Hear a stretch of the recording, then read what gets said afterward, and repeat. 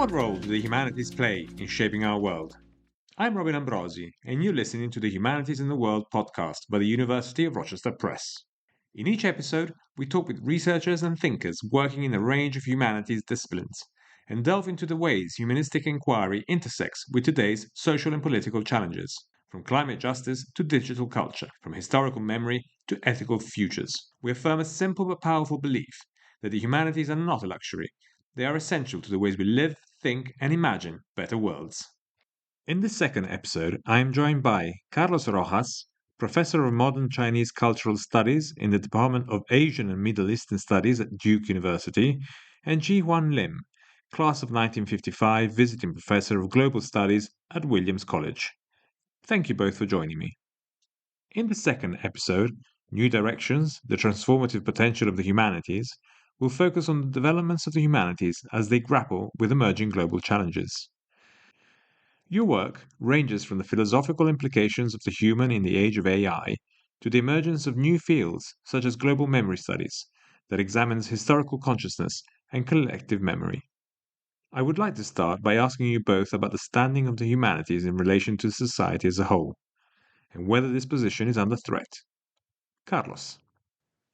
So there's been a lot of discussion of a so-called crisis of humanities in particularly North America, where I'm based, but also internationally. But I think there's been a number of people responding to this discourse of crisis by pointing out that in some ways the discourse of crisis is exaggerated, and that in a lot of institutions, the number of majors in humanities related disciplines, the number of students majoring in humanities disciplines is decreasing, and there are a number of reasons for this: anxiety about the job market, about future earning potential, et cetera, et cetera. But many people have looked at the data, emphasized that even though this is a trend, the number of students that are enrolling in humanities classes remains relatively stable, or at the very least is not decreasing at anywhere near the rate as the number of actual majors. So I think that this is evidence that there remains a resilient interest in topics and approaches that we associate with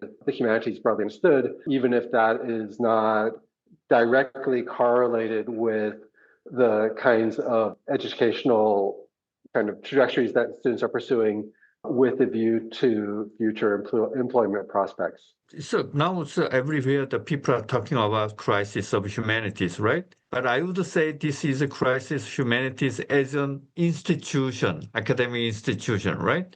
But it's never means a crisis humanities as a way of critical thinking.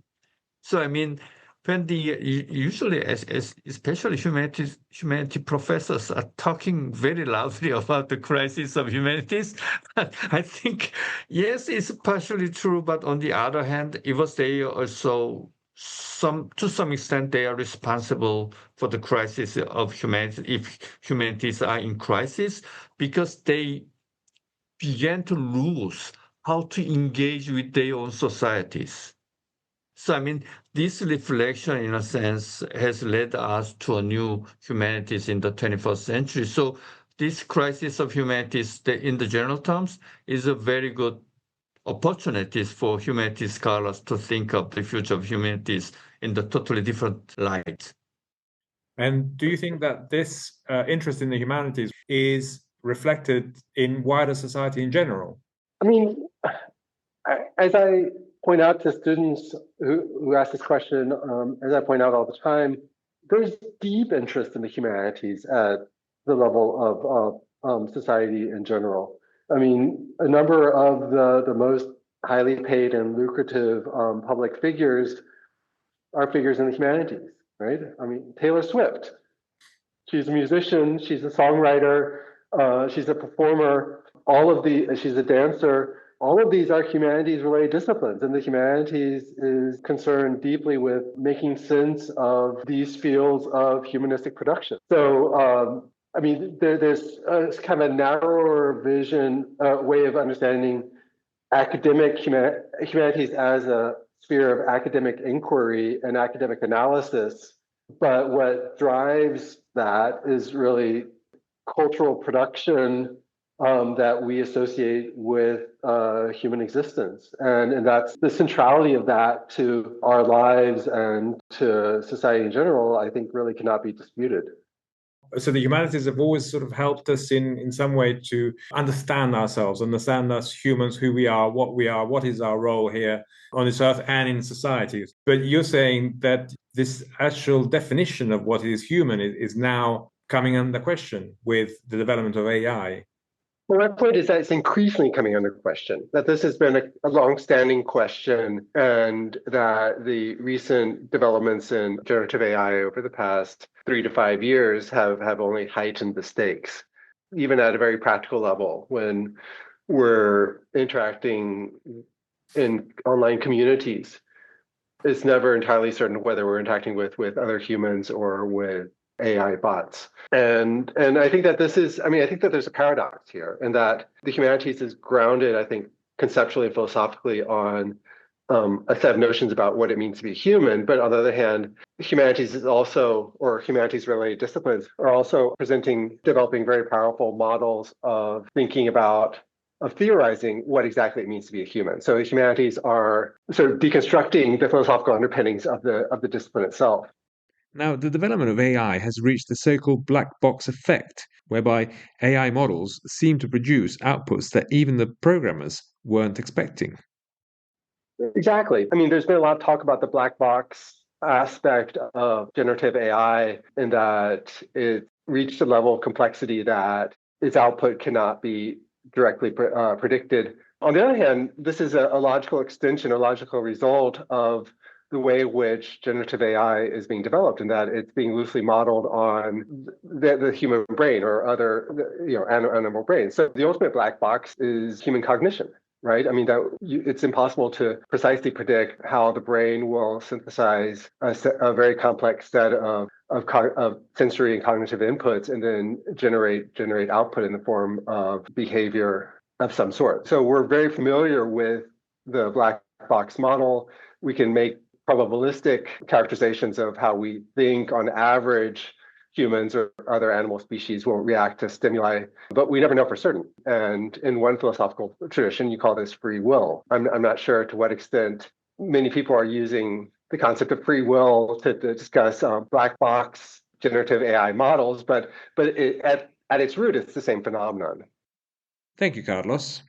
One of the new developments of the humanities is the interesting emergence of a new field which you study, G1, global memory studies. Could you tell us more about it? The global memory studies is a sort of a combination of global studies and memory studies as a newly emerging disciplines in the 21st century. The Global Studies Consortium was founded in the year 2007, and the Memory Studies Association was founded around 2015. It's a very, very recent discipline that was just emerged on the surface as a discipline. Exponentially, this discipline has developed in last decade, and this is really, especially from the young generation of scholars. So what does it mean? Why these global studies and memory studies became so popular in such a short time period? It still remains a question, but if someone asked me to explain why, I would say that global studies is a continuity of this, a critique of methodological nationalism in the humanities that has begun already after the Second World War, right? But in history, usually we are talking about facts, right? What really happened. But memory studies, it's not about fact. What we are remembering, right? I mean, this remembrance or our memories already, how can I say, constructed based on we believe what happened in the past. So citing the old Soviet Union joke, usually, they say that the future could be foreseen, but past is totally not predictable because it is always on the constant change. So in a sense, it reflects that sort of, how can I say, critical viewpoints about the humanities, which is based on the pure reasoning, and who believes that, as Carlos said, skeptical reasoning.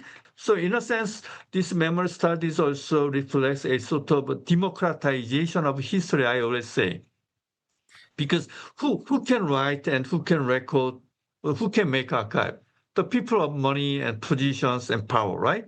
But these victims usually have only their memories. So their only weapon is their memory. So sometimes, so why we began to pay attention to memory studies instead of history, or sort of, as a complement to history means that, okay, we need to really pay attention to the subalterns in the different contexts. So this I think I would say that's the context where under which the global memory studies appeared on the scene in the 21st century. So, do you think that the way different narratives are emerging reveals a manipulative aspect of history? This ambivalent.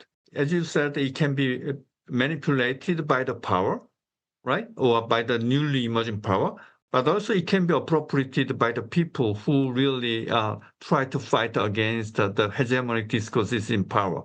Because it's just ordinary people or subalterns or grassroots, it's very difficult for them to organize an archive to make their own record system, right? So in a sort of it is a very much intellectually partisan fight against the regular army that has been established as a very well established disciplines at the universities. So memory studies like that, but also more specifically, it reflects the newly emerging political situation of the post-Cold War. During the Cold War, for instance, Stalinist oppression memory of Stalinist oppression has been suppressed in the communist countries, while it has been really emphasized or a little bit exaggerated in the so-called anti-communist liberal blocs, right? And also, on the other hand, certain memory of colonial oppression or colonial genocide has been relatively marginalized and suppressed in the so-called former colonies, but which belong to the bloc of anti-communist bloc like South Korea. Also, global politics, in a sense, try to suppress certain memories which stands against the global politics of Cold War, right? This sort of taboo in the global Cold War actually suppressed many grassroots memories. But after the fall of the Berlin Wall and the collapse of the Cold War system, all these suppressed memories began to erupt in the former Soviet Union or former this communist country bloc, and also former colonies which were under the anti-communist bloc. So this shows why this 21st century, especially after the end of the global Cold War, suddenly the memory studies or memories began to be, this began to be drawing attention from the humanities scholars.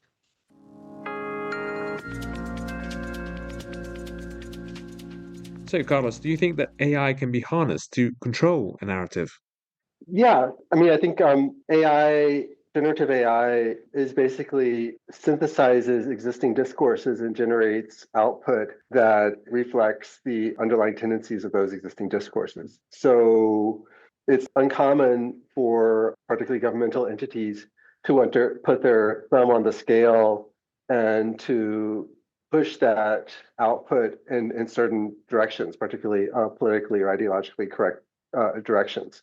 So I think that there's both the way in which AI can reproduce, but even exaggerate existing ideological tendencies, but also the way in which corporations or governments can try to push that output in different directions.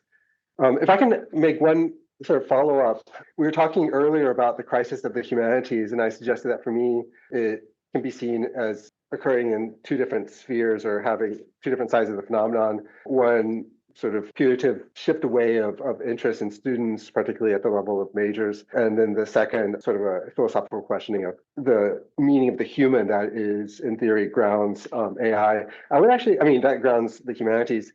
I would actually say that there's a third, equally important or even more important way in which we can understand the crisis of the humanities. And this is not a new phenomenon, but it's arguably accelerating in certain countries or regions, including where I live, North America, which is, and this is a paradox too, is that even as there's a dominant discourse about students moving away from the humanities for potential majors. There's arguably a growing increase in interest in the humanities on the part of governments, both local and federal governments, and an attempt to control or to put their thumb on the lever in terms of what is being taught. One cause of this is, and it's ironic, is that even as there's one sort of discursive trend that dismisses the humanities as being irrelevant, there's simultaneously an acknowledgement that they're deeply powerful, right? I mean, that the humanities is the basis for organized politics. It's the basis for societal change. It's the basis for understanding not only the present, but also the history and the future. So I think that that's part of the reason why there's so much governmental investment, including in places like China, which I study, and increasingly in places like North America, where I live and teach. Increasing investment on the part of governments to shape output or of the humanities research, or even shut down entire humanities departments altogether. And I think that there are many drivers of this phenomenon, but one of them is precisely an attempt to maintain control over how we understand history and to suppress views of history that could be potentially destabilizing. You remind me of some of the book banning that we're currently witnessing. The humanities are, on the one hand, seen as dangerous, and on the other, they are being co opted. Is this attitude a constant, Ji-Hwan? I mean, because the federal government concerned about history education or something like that, it has been very common in East Asia also. I experienced dictatorships in South Korea and the anti-communist right-wing dictatorship. And my field is Poland. I knew what the communist dictatorship was. In North Korea, we have also a strange amalgam of right-wing racist and the communist dictatorship. So dictatorship regimes were concerned very much about history teaching. And do you remember when the Gorbachev pushed this perestroika and glasnost in 1988? In whole the Soviet Union, the history examination was suspended for 1 year. It took time to rewrite, and make a new textbooks of history. So that's why for whole year, the history examination at all levels of schools were just banned, suspended in Soviet Union.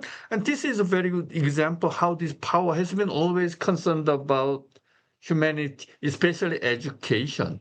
So humanity, the political powers concern of humanities is very common. And even still, we have in Japan and Korea, we have a special committee to screen the drafts of the history textbooks and the national literature textbooks. So still very deeply governments and political powers involved in the shaping humanities or harnessing humanities.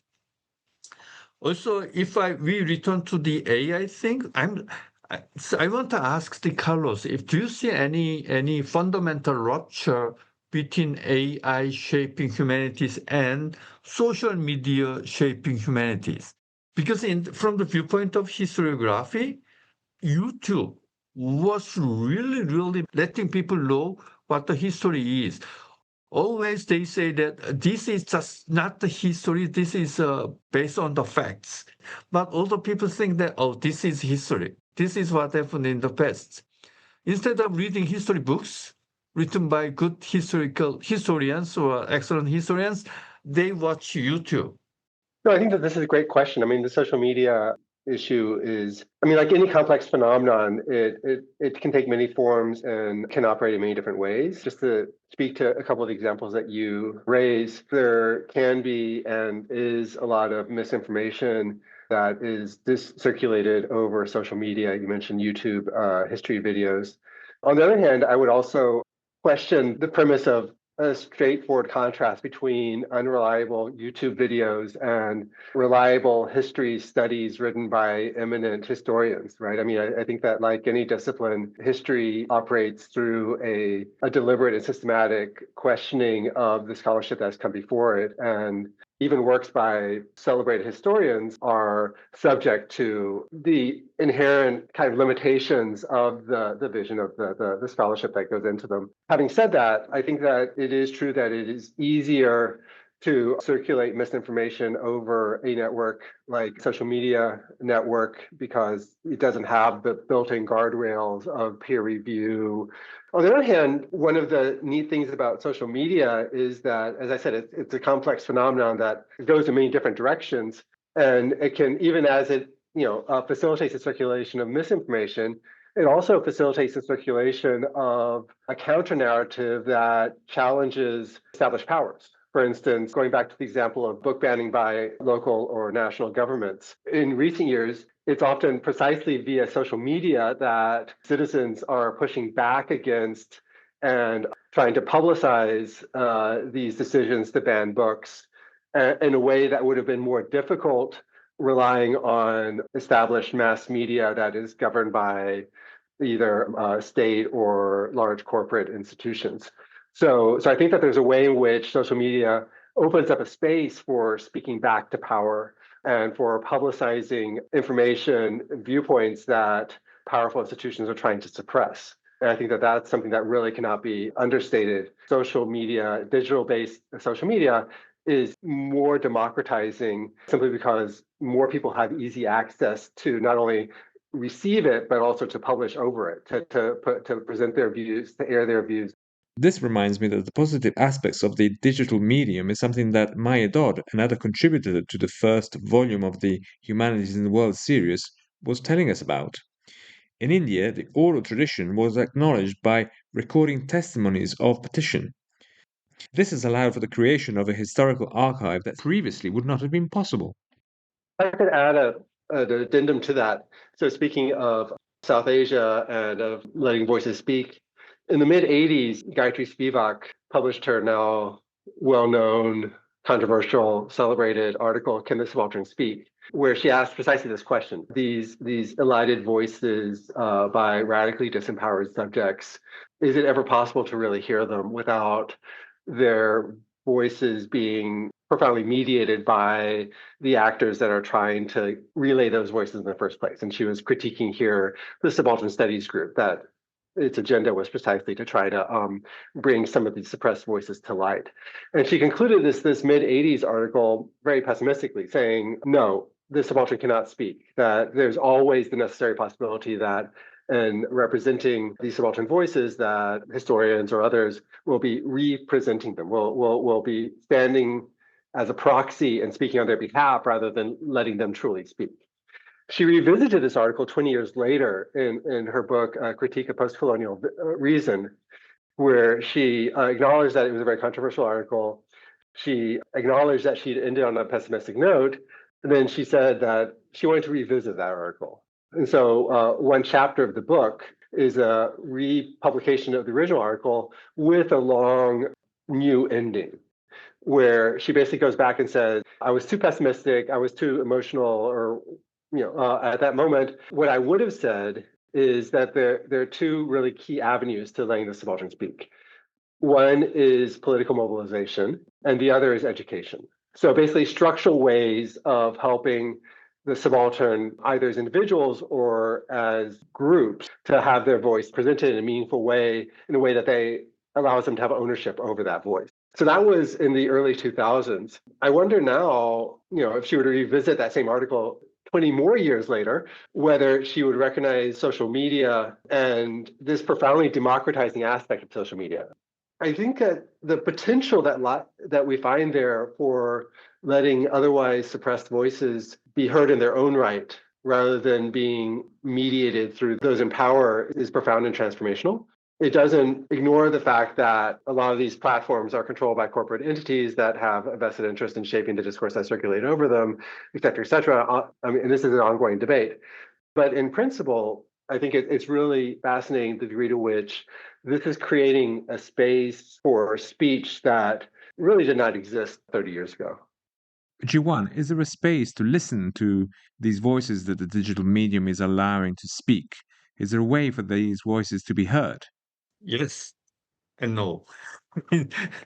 I always used to think of this a certain twisting the Spivak's question, can subaltern speak, into can historians listen?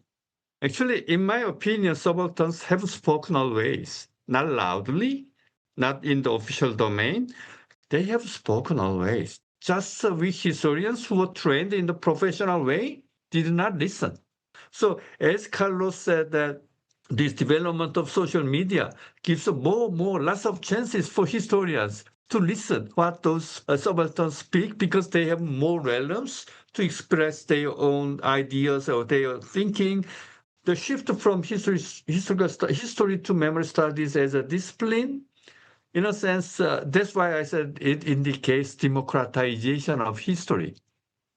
This is so, I mean, the memory studies in this sense can contribute to the transformation of the texture of society more than political power on the surface.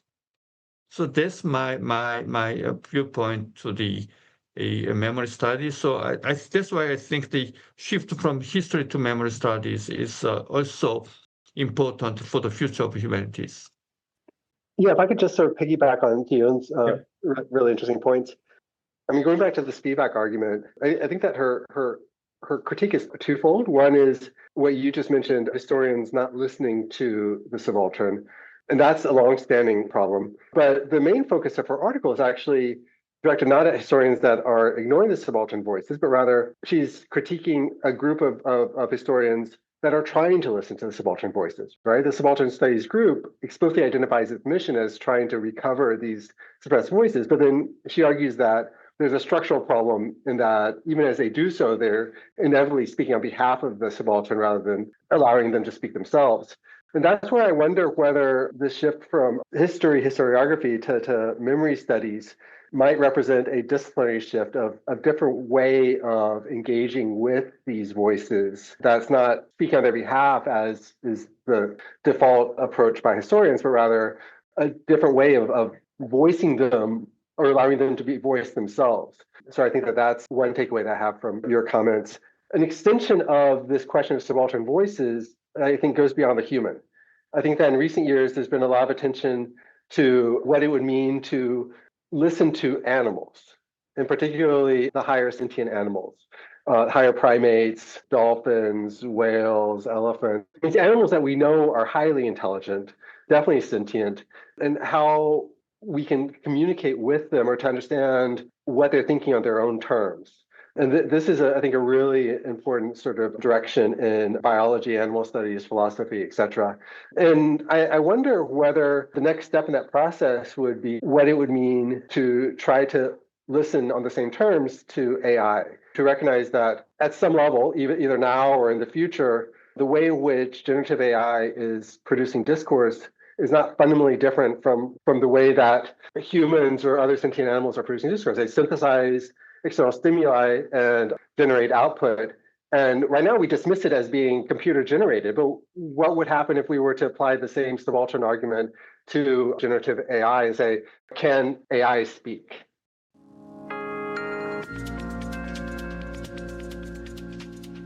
Thank you for listening to the Humanities in the World podcast from the University of Rochester Press. Next time, I'll be talking to Samantha Pinto and Nasser Rabat about the shaping of global narratives. I hope you can join us then.